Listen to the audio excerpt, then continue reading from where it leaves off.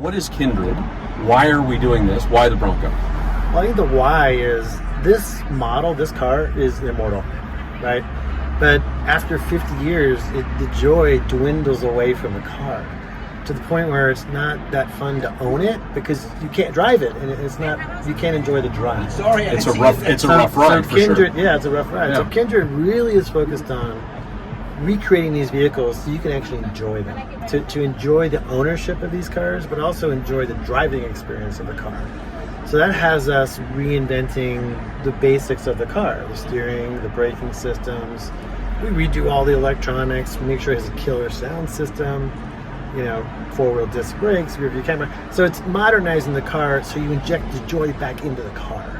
And if you had to really dwindle Kindred down to its most basic, it's that, like, how do we design these cars so you can enjoy every moment of owning them and driving them? A lot more to come on this vehicle, but we're at a revolutionary point in terms of the industry looking at what's old and making it new. There's a lot of, whether you call them resto mods or complete redos of vehicles that keep the spirit of what they were, inject what's new and what's capable.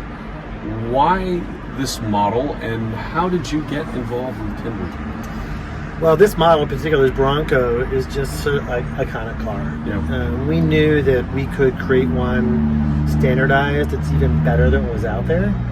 And we knew that we could do an electric one as well. Mm-hmm. And they're both quite different when you actually drive them.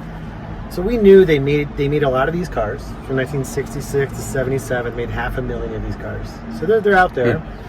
We knew that the parts infrastructure was all out there too. So in this car, about 80% of the parts are aftermarket parts or original, and 10 to 20% generally Kindred makes those parts because they're not available out there. But a large number of the parts are available out there, which is very appealing for us when we rebuild these cars, to not have to go hunt and peck for individual parts. But we also knew that there's a community of people that are kindred spirits out there that love this car, So we knew this would be a great place for us to start, to do the gas one first, use the learnings on that to do the electric one, and then move to another model.